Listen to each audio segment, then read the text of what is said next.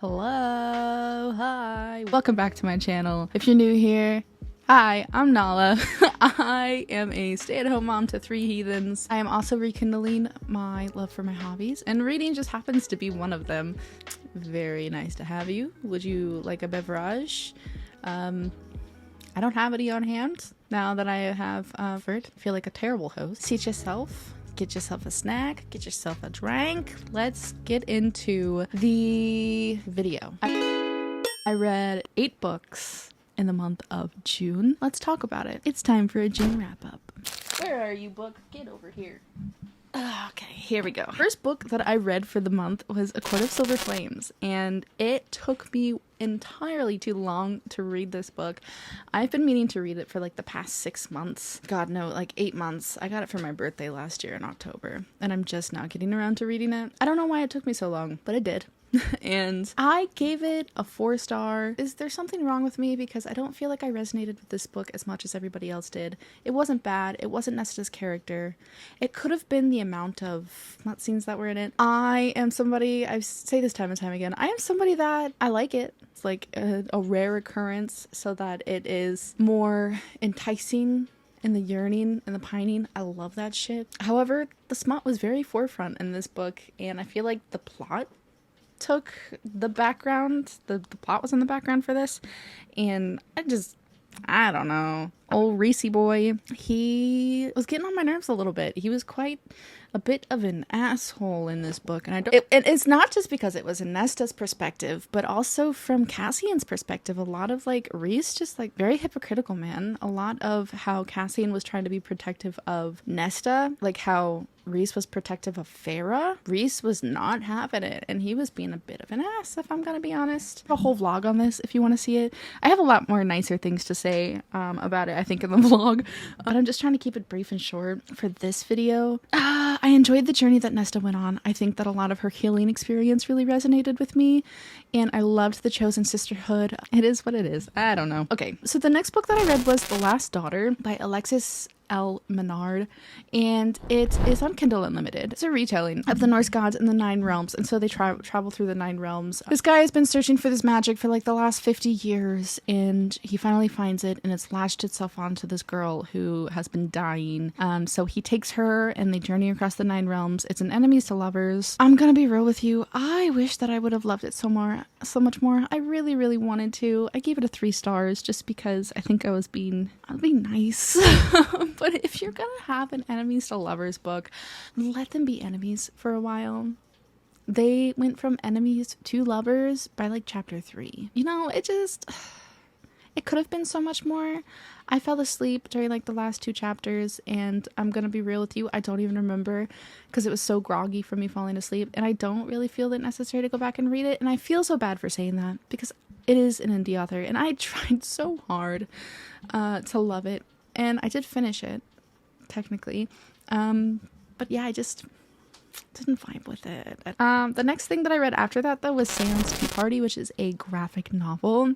I did enjoy this one. It is a coming of age, very middle grade kind of, and is a 12 to 13-year-old girl. I don't exactly remember her age, but basically all of her friends, they're in middle school, and they are starting to get into more teenager type things, you know, boy bands, makeup, gossip, all that kind of stuff. Our main character is still caught in playing outside and using your imagination and very just what are seen as kid-like tendencies. And so she befriends this ghost in her attic, which actually used to be her imaginary friend.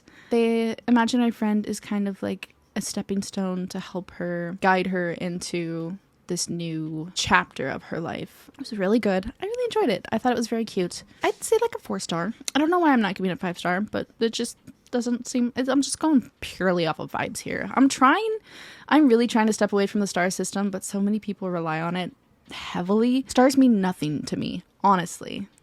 I'm purely basing my star system off of vibes. So don't take my stars too seriously. Next book that I read was a buddy read with one of my friends over on Instagram. What's up, Helen? We've read Happy Place. We have coined it now as boring place. This is gonna be controversial, I guess.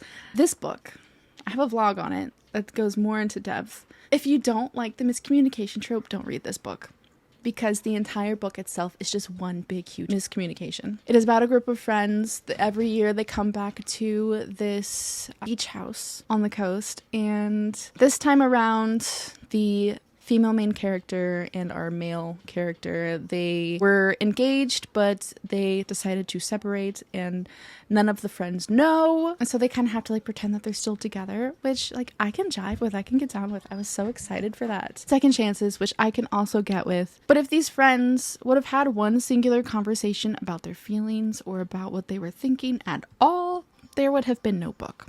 Even if they would have had that conversation in the very beginning, and then the rest of the book was them just vibing and having a good time as friends, I would have been fine with that. But the fact that the entire conflict of this whole book could have been solved by one conversation amongst these friends, I can't. You're supposed to be like the closest, absolute closest friends to you, and you can't even have this singular conversation. Oh my god, that was like one of my biggest disappointments in a book, because people hype it up so much. I don't get it. Yeah, to each their own. The next book that I ended up reading was The Bridge Kingdom, and I loved this book so much. It was a 5-star for me.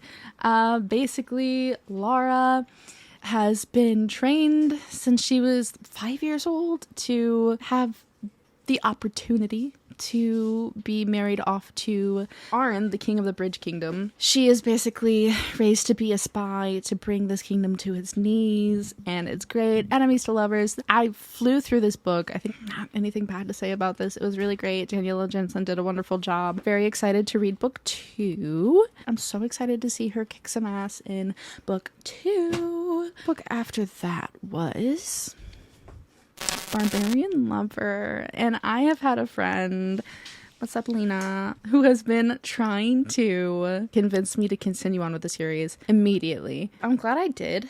Overall, I thought this book was great.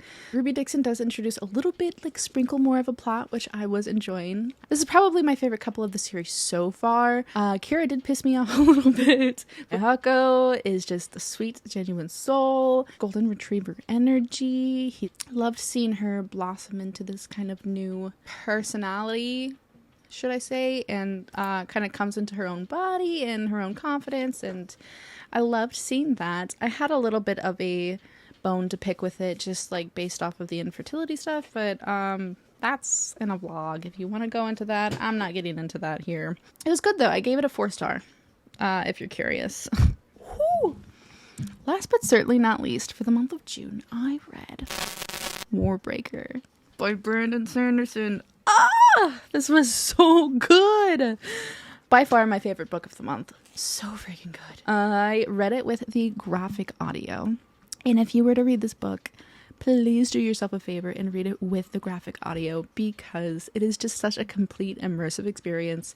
It has the actors for each character, and they all have different accents, and it's got the music that sets the tone and the sound effects, and it's just truly an immersive experience. It's wonderful. The King of Idris and the Kingdom of Haladrin created a treaty, and the King of Idris agreed to marry off one of his daughters to the God King. The eldest daughter has been trained since the day of her birth to be the bride of the God King, and the father's like, psych, I'm not sending you. I'm gonna send my youngest daughter because she's my least favorite. Hasn't had any training.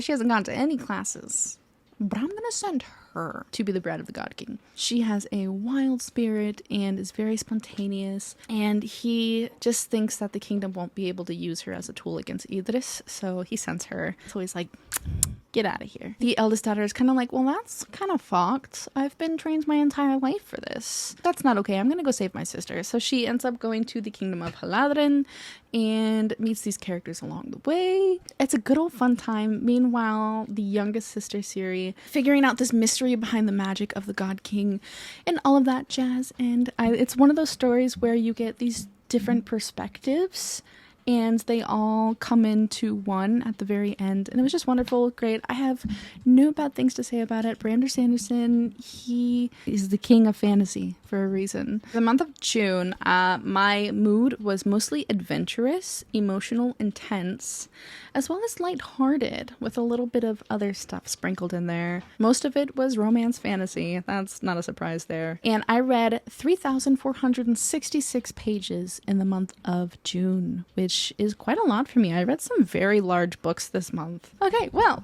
that's what I read in the month of June. If you'd like to see what is going to be on my radar for the month of July, check that out down below, and I will talk to you in the next one. I hope you have a beautiful day.